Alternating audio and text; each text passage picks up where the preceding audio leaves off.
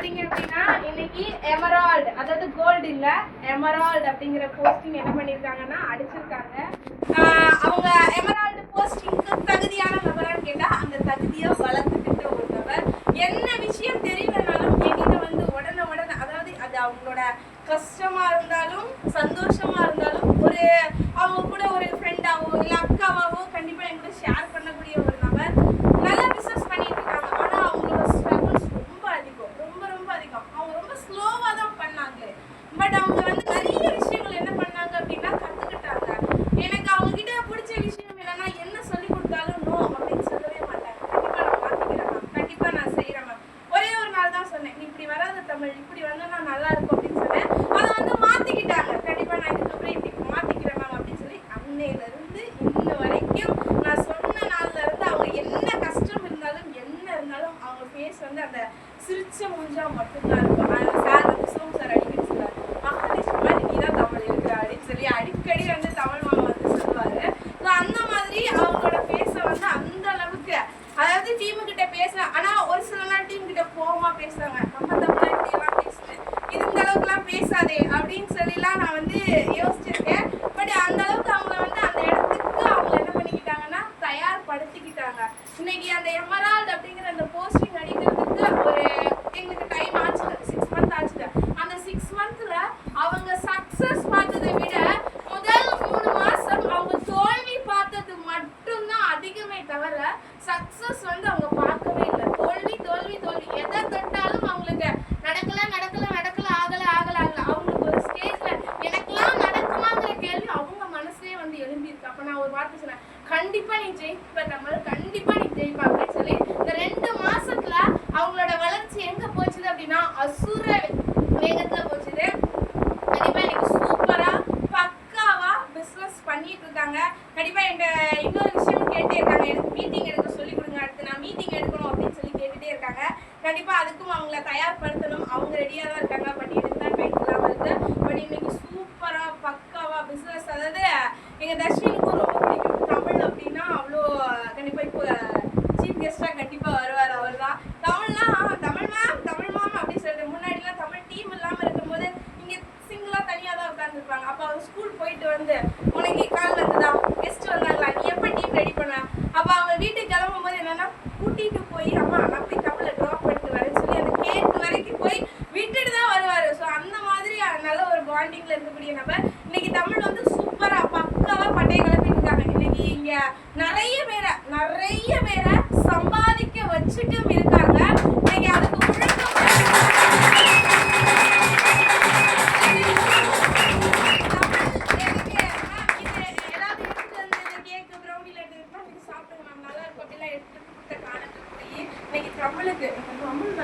கேசரி பண்ணி எடுத்துட்டு வந்திருக்கேன்னு சொல்லி டிஃபன் பாக்ஸ்ல போட்டு எடுத்துட்டு வரக்கூடிய காலம் எல்லாம் மாறி போச்சு. அதை பார்க்கும்போது ரொம்ப சந்தோஷமா இருந்தது.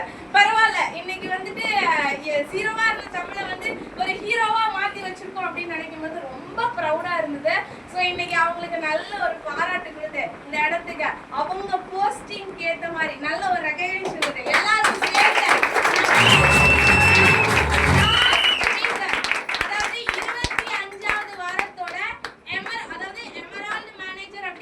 அவங்களோட வருமானம் 35,000 இல்ல, அதை விட அதிகமா வாங்கியிருக்காங்க. ஸோ இன்னைக்கு எமரால்டு மேனேஜர் அப்படிங்கிற போஸ்டிங் அச்சீவ் பண்ணிருக்கக்கூடிய அவங்க எப்பவுமே சொல்லுவாங்க, ஏன் தமிழரசி மட்டும் கூப்பிடாதீங்க அப்படின்னு சொல்லி சொல்லுவாங்க. ஸோ அதனால அவங்க அப்பா பேரோட கூப்பிடுங்கன்னு சொல்லி அடிக்கடி அவங்க வந்து என்கிட்ட வந்து ரெஜிஸ்டர் பண்ணுவாங்க. ஸோ தமிழரசி காளியப்பனவர்களை நான்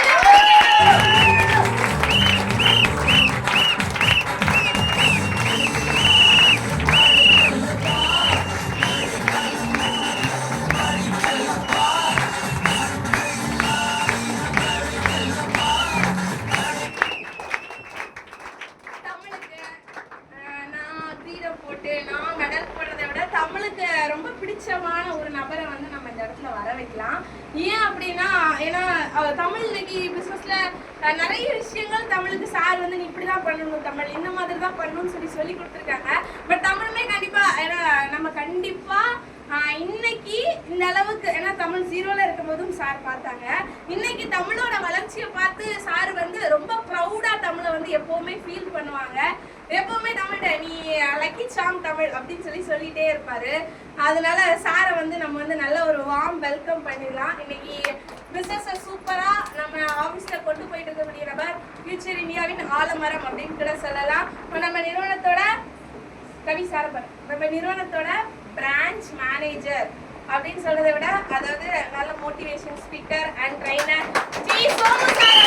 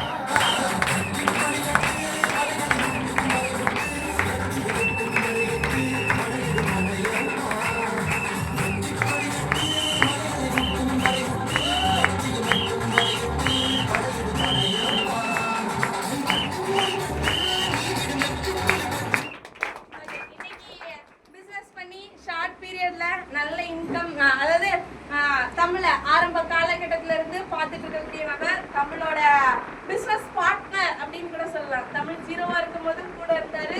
இப்ப தமிழ் வந்து சம்பாதிச்சு இருக்கும் போதும் தமிழ் கூட இருந்து நிறைய விஷயங்கள், அதாவது தமிழோட ஆபீஸ்ல ஒரு ஃப்ரெண்டு அப்படின்னு கூட அவரை வந்து சொல்லலாம். இன்னைக்கு நல்ல சூப்பரா பிசினஸ் கண்டிப்பா ஃபியூச்சர்ல சூப்பரா பண்ணக்கூடிய நபர் அப்படின்னு கூட சொல்லலாம். வாங்க எஸ்.ஜே. தர்ஷின்.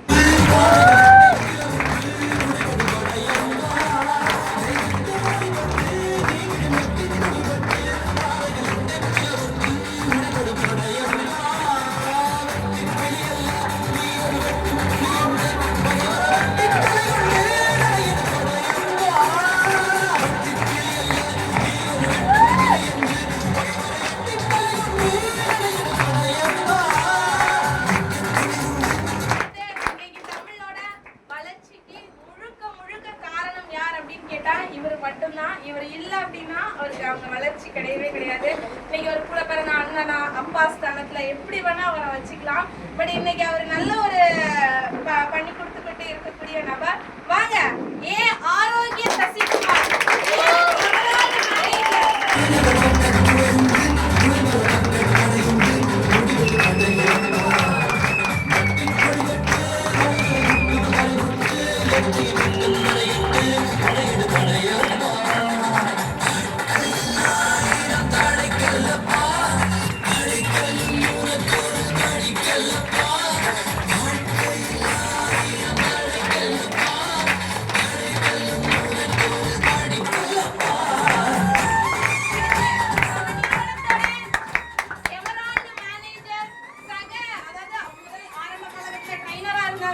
இப்போ அவங்களோட சக போட்டியாளர் ஜி உமா மகேஸ்வரி.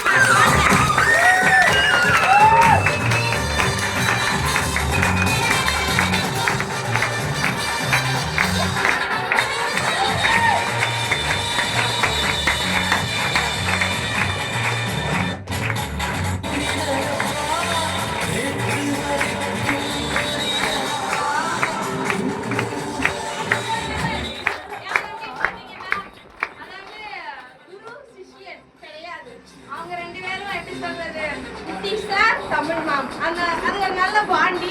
ரெண்டு பேருக்கும் ஒரே வயசு தான். பட் இருந்தாலும் ஒரு ஜிகிரி தோஸ்த் அப்படின்னு சொல்லலாம். நல்ல ஒரு ஃப்ரெண்ட் அப்படிங்கிற ஒரு பாண்டி. அதை மீறி அவர் வந்து ஒரு பிரதரா, ஒரு அண்ணனாவோ தம்பியாவோ நல்ல ஒரு டேக் கேர் பண்ணிக்கிற ஒரு நபர். வாங்க பிளாட்டினம்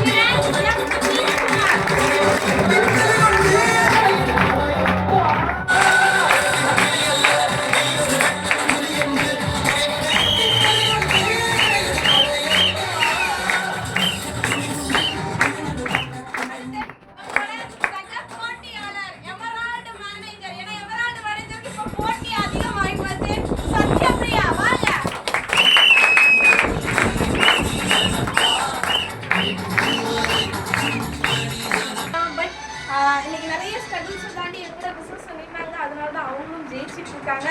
நிறுவனத்தோட கோல்டு மேனேஜர் திவ்யலட்சுமி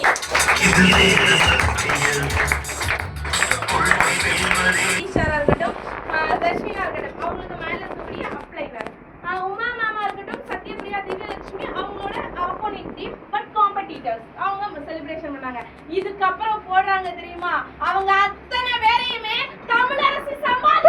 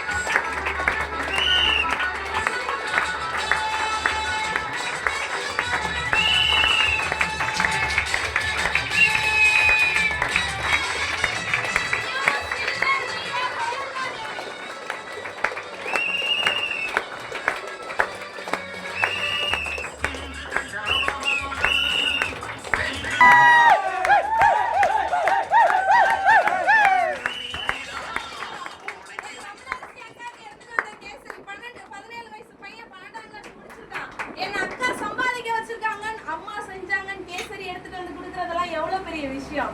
சோ அந்த கொடுத்த நம்பர் இவர்தான். வெள்ளி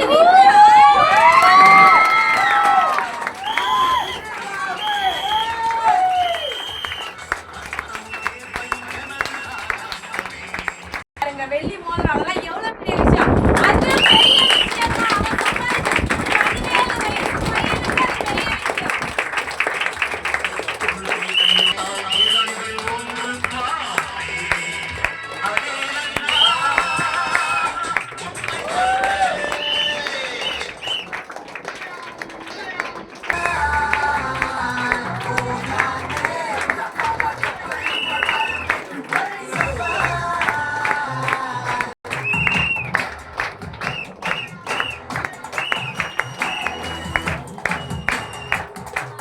ரெண்டு பேரை வந்து கூப்பிடணும்.